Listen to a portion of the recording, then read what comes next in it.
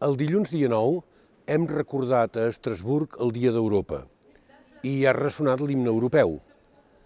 Que l'esplèndida música, però, no ens faci oblidar que hem de treballar encara molt per una Europa més solidària, més responsable, més propera als ciutadans i, doncs, també més transparent.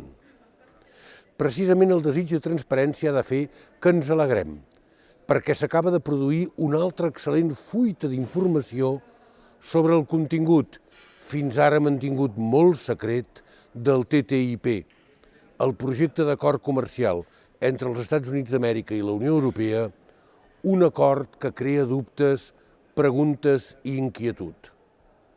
Està molt bé que es vagi coneixent i que es pugui anar discutint aquest possible acord lliurement.